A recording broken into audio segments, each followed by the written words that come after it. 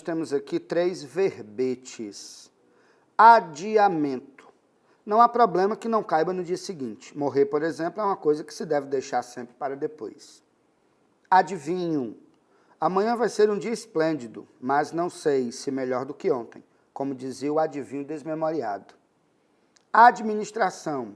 Se um administrador administrasse sua empresa como nosso espírito administra nosso corpo, faliria em pouco tempo. Nós temos aqui nos verbetes de Milor Fernandes o notório efeito de humor, que se consegue exatamente pela quebra da expectativa gerada pela apresentação de uma definição inusitada.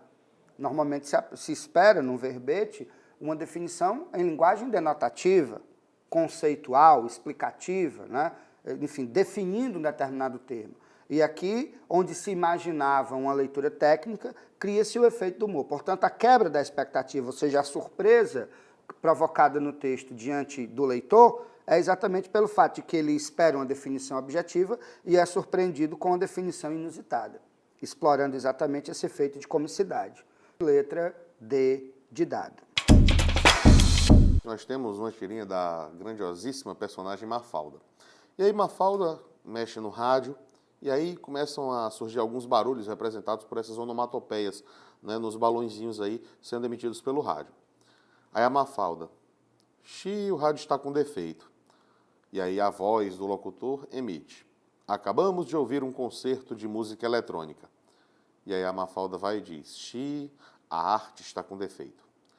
Na tirinha de Mafalda é perceptível a presença da ironia, figura de linguagem utilizada para dizer o contrário daquilo que se pensa. A sua aplicação se dá muitas vezes com o objetivo de denunciar, criticar ou censurar algo. Esse recurso é fator determinante para o humor da tirinha, pois Mafalda está sendo irônica porque quando ela ouve a história do concerto, né, de música eletrônica, aqueles barulhos, aquela coisa toda típica da música feita em computador, a música eletrônica, o dance, né, aquela coisa toda, e ela não gosta muito porque ela acha um barulho muito agitado, uma coisa muito intensa, então ela primeiramente afirma que o rádio está com defeito.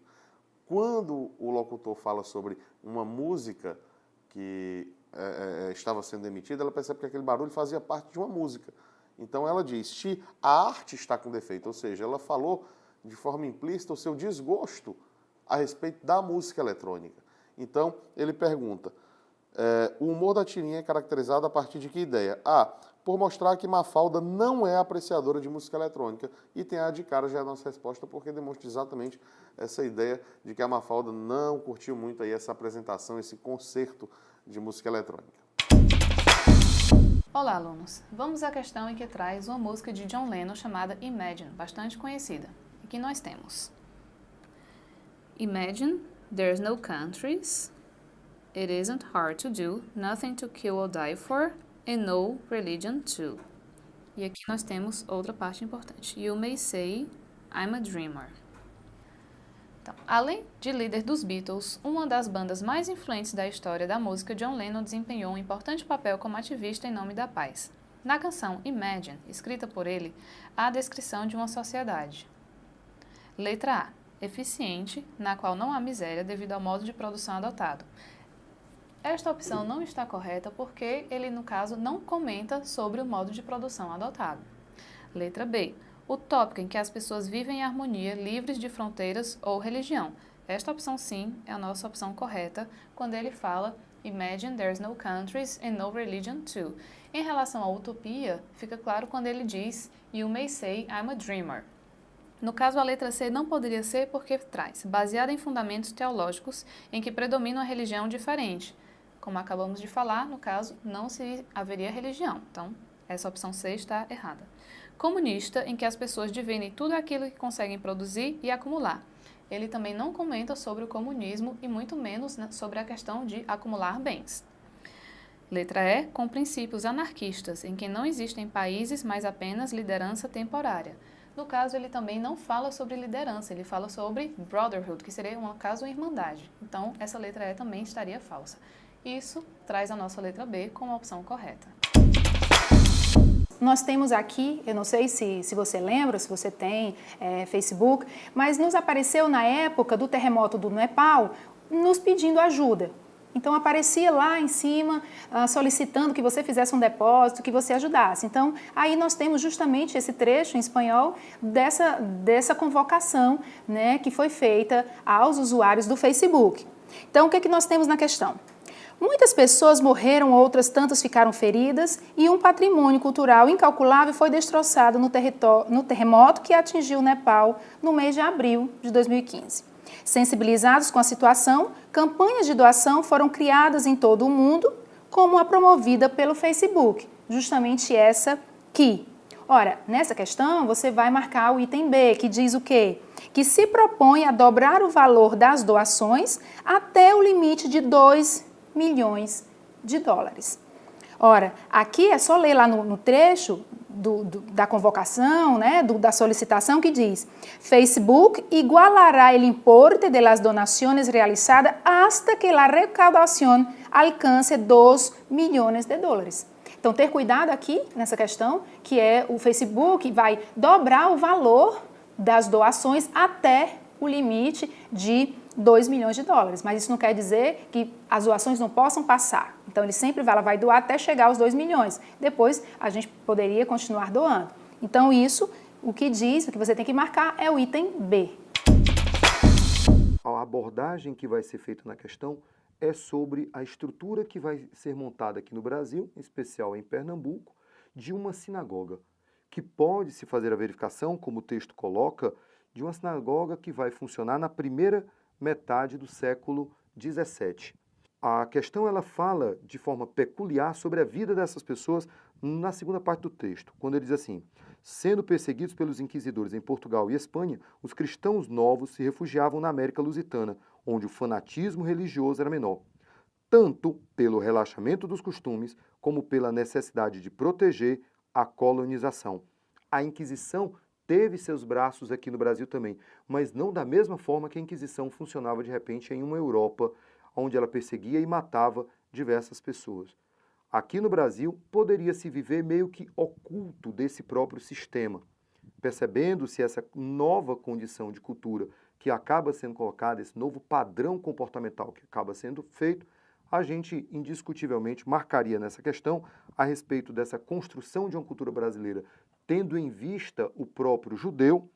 O item é a adaptação de práticas culturais aos interesses dos colonizadores. Ela envolve um fragmento de texto retirado do livro Raízes do Brasil, que faz uma leitura profunda sobre a construção da sociedade brasileira. Lembremos que essa construção envolve o transporte de uma micro-Europa para os trópicos, bem como de uma micro-sociedade europeia, notadamente portuguesa. E essa sociedade ela traz consigo alguns princípios, como, por exemplo, o nepotismo, as relações que envolvem parentes, o clientelismo, a troca de favores. Essas relações de parentesco e favor, elas acabavam também se amparando na estrutura burocrática. Em outras palavras, quando Sérgio Buarque de Holanda traz para nós a ideia do homem cordial, o homem cordial é aquele que utiliza o público para atender interesses privados. E esse homem cordial, do século XVI ao século XIX, ele vai se expressar como líder de uma família, como aquele que vai controlar as ações de seus agregados, revelando assim uma postura patriarcal em uma sociedade patriarcal, patrilinear, católica, endogâmica, machista. Portanto, gabarito para essa questão, letra C. Bom, pessoal, esse texto fala sobre a Finlândia, que fica lá na região de elevadas latitudes, e que quando ele fala aqui no texto, ó, novembro a janeiro, nós estamos aí chegando no inverno do hemisfério norte. Então, quanto maior a latitude, menor será o dia no inverno. Automaticamente, professor, Finlândia e seus países vizinhos vão possuir menos dias ou até horas de dia quando falamos de inverno, beleza? Olha só, além da Finlândia, em outras regiões do norte da Europa, elevadas latitudes, há a ocorrência do fenômeno retratado no texto. Isso acontece porque o item correto vai ser o item C, ó, a conjugação de dois fatores. Primeiro, a inclinação do eixo da Terra, que é de 23 graus e 27 minutos, e em relação ao plano de sua órbita e os movimentos do planeta. Neste caso, o movimento de translação. Olá, nobre vestibulando, tudo bem? Vamos agora para a questão. Essa questão fala sobre o fim da Guerra Fria e o fim da União Soviética. Vejam só, doutrina Sinatra foi, como ficou conhecida, de forma irônica, a estratégia de política externa adotada por Mikhail Gorbachev, em substituição à política praticada pelo seu antecessor, Leonid Brezhnev. A expressão fazia menção a uma famosa canção de Frank Sinatra, interpretada chamada My Way, em tradução livre, A Minha Maneira, em que cada um agiria à sua maneira. Olha que interessante. Assim, com base no texto, pode-se afirmar que, na antiga União Soviética, essa nova estratégia política representaria transformações como você encontra aí no item C, olha só, o fim do controle central do Kremlin sobre as repúblicas satélites e, com o tempo, a desintegração do bloco socialista, né? Nós sabemos que o Kremlin seria a sede do governo russo e que, diante desse enfraquecimento, a Rússia não conseguiria mais sustentar toda aquela estrutura socialista soviética. Com isso, vamos marcar o item C. Você tem uma jarra de suco que, quando está completamente vazia, tem uma massa de 450 gramas. E quando ela está ocupada até a metade do seu volume, ela passa para 1.150 gramas. E o problema é saber qual a massa total de suco que encheria essa garrafa. Pois bem, basta você pegar 1.150 gramas, diminuir da massa da jarra vazia, que é 450 gramas, isso vai dar 700 gramas. Portanto, apenas metade da quantidade de suco que cabe nessa jarra teria uma massa de 700 gramas. Logo, a jarra inteira ela teria o dobro disso, 1.400 gramas, ou seja, 1,4 quilogramas. E a alternativa correta para essa questão é a letra C. Aqui você vai ter que fazer o seguinte cálculo, tá? Você vai ter que pegar os 200 milhões, que é 200 vezes 10 à sexta, tá certo? Multiplicar por 45 mil, ok? E multiplicar aí, logicamente, por 0,993.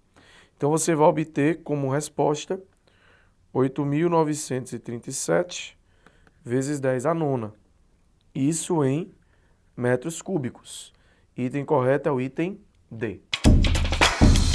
Observe a figura que está mostrada. Você tem 3 pontos destacados, o ponto A, o ponto B e o ponto C. E observe que, de acordo com o texto base, todos esses quadrinhos aí, esses quadrados, né, esses quarteirões, eles são quadrados. Portanto, quando você liga os pontos A, B e C, você obtém um triângulo. E observe que quando você liga do A para o B, a ligação do A para o B ela vai ser exatamente diagonal dos 2 quadrados que distanciam os pontos A e B. E quando você liga o B para o C, o segmento que liga BC também será diagonal dos 3 quadrados que distanciam os pontos B e C. Dessa forma, a diagonal do quadrado, ela é bissetriz desse ângulo de 90 graus. Portanto, a diagonal AB, ela é bissetriz do quadradinho que está colado no B, e a diagonal BC vai ser bissetriz do quadradinho que está também formado no ponto B. Dessa maneira, esses 2 lados, o lado AB e o lado BC, eles vão formar um ângulo reto, um ângulo de 90 graus. A gente quer saber o quarteirão que possui o ponto que é equidista, aliás, de A, B e C. Como o triângulo é retângulo, o ponto que vai equidistar desses 3 vértices será o ponto médio da hipotenusa. É o circuncentro do triângulo retângulo ABC. E o circuncentro do triângulo retângulo ABC, ele é exatamente o ponto médio da hipotenusa. É esse ponto que é equidista dos 3 vértices do triângulo. E se você observar na figura, o ponto médio ele vai estar exatamente nesse quarteirão, limitado pelas ruas Oswaldo Cruz, Marcos Macedo, Visconde de Mauá e Maria Tomásia, E a alternativa correta é a alternativa de letra D. Ela dá uma expressão do C de N igual a 10N mais 600, tudo isso sobre N. E ele quer saber qual é o custo médio diário por animal, para que ele seja inferior a R$50, qual será o número mínimo de internações para que esse custo médio diário por animal seja inferior a 50. Pois bem, basta você pegar essa expressão 10N mais 600 sobre N, dizer que isso aí tem que ser menor do que 50. Você vai ter 50N maior que 10N mais 600, o que vai te dar um N maior do que 15. Logo, o N mínimo e maior do que 15 tem que ser o 16, que é o que aparece na alternativa de letra C. Vamos ler a tirinha. O sol se põe no horizonte. Logo os morcegos saem com seus gritos ultrassônicos. A gente vê no quadrinho a seguir, né, o vampiro aí dizendo: deve ser legal acordar com um galo cantando para variar. Faz uma jogadinha com os horários, né? Mas, além disso, ele está falando de uma coisa que a gente vai ver no texto, que a tirinha já dizia tudo, de um som audível para o ser humano, que é o som emitido pelo galo, e o som ultrassônico, ou seja, ele está fora da faixa audível. Então, você nota que quando a gente pega a matriz de referência que ele diz dominar linguagens, a gente pegou aqui uma linguagem totalmente verbal, né, e caracterizada também por essas imagens. E ele já dizia tudo, né? Então ele diz: o vampiro, criatura fantástica e ficcional, parece ter acordado com os gritos dos morcegos. Analisando a tirinha, pode-se dizer que nela há fisicamente uma incoerência. A incoerência é que, mesmo sendo um vampiro, ele é humano. E o vampiro sugere ouvir os gritos ultrassônicos dos morcegos, pois, admitindo que ele tem a mesma faixa de frequência audível do ser humano, que é de 20 até 20 mil Hz, sons ultrassônicos não seriam captados pelo nosso vampiro. Portanto, opção B.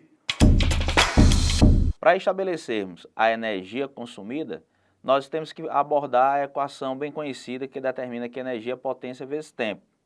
Ao fazer o cálculo da quantidade de energia, lembre-se de trabalhar com a potência em quilowatts e o tempo em horas, uma vez que o resultado da questão quer que se determine a quantidade de energia consumida em quilowatt-hora. Então, vejamos o seguinte: no caso da energia consumida pelo chuveiro, será uma potência de 4,4 kW vezes 15 horas de funcionamento mensal. Isso vai nos dar uma quantidade de energia ao valor de 66 kWh. Já no caso do ferro de passar, eu tenho uma potência de 0,66 kW e um funcionamento mensal de 10 horas, dando um consumo de energia mensal de 6,6 kWh. E na sanduicheira, de 1,8 kW de potência, ela funciona por 5 horas, dando aí um consumo de 9 kWh de energia. Ao somarmos o consumo total, nós vamos obter o valor de 81,6 kWh de energia, vindo a ser aí um valor aproximado de 82 kW, como se encontra na alternativa da letra D. O ácido ascórbico, também conhecido como vitamina C, é produzido sinteticamente e extensivamente usado na indústria de alimentos pela ação antioxidante, ou seja, ele funciona como um agente redutor. Em muitos alimentos é adicionado como suplemento, sendo usado na medicina na forma de pílulas, como componente de tabletes multivitamínicos. O ácido ascórbico é um agente redutor em solução aquosa. Essa propriedade torna-se menos pronunciada em meio não aquoso. O caráter ácido e a ação redutora da vitamina C são atribuídos à função orgânica. Observe que ao visualizarmos a estrutura da vitamina C, vamos verificar a hidroxila ou oxidrila ligada a um carbono saturado, caracterizando o álcool. Vamos ter uma região do carboxilato, caracterizando o éster, e vamos ter a presença da hidroxila ligada a um carbono que faz dupla, que é o que nós chamamos de enol. No caso das funções que apresentam capacidade em liberar o hidrogênio, e aí vamos ter o ácido carboxílico, e aí vamos ter uma outra função orgânica que apresenta tal propriedade, que é o chamado de enol. Então, o ácido carboxílico, o enol e o fenol, eles apresentam a capacidade em liberar o hidrogênio em meio aquoso. E isso se dá exatamente porque quando o hidrogênio ele é liberado, então a carga negativa do oxigênio ela pode ser estabilizada por ressonância. Então, no caso do enol, ele é o que proporciona à vitamina C esse caráter ácido. Então, ele apresenta 3 funções, o álcool, o éster e o enol. E aí eu vou lembrar que o enol, juntamente com o fenol e o ácido carboxílico, são espécies químicas capazes de liberar o hidrogênio em meio aquoso. Então, esse caráter ácido que ele apresenta, que também está vinculado à ação redutora, então é caracterizado pela função orgânica enol gabarito letra C.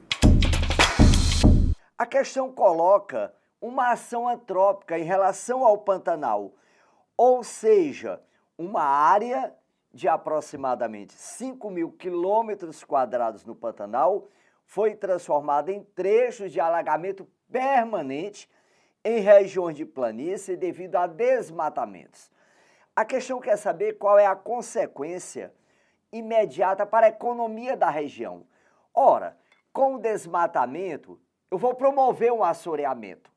Para isso, eu vou ter áreas permanentemente alagadas que vão justamente comprometer ou reduzir a questão da agricultura e da arte de cultivar o gado, ou seja, da pecuária. É interessante perceber que em condições naturais, boa parte dessas planícies fica alagada, o equivalente a 2/3. Muito embora existe também no Pantanal áreas que são não de alagamento permanente, como existem também aquelas que não são inundadas. Mas para a nossa questão, o item correto é justamente a letra C.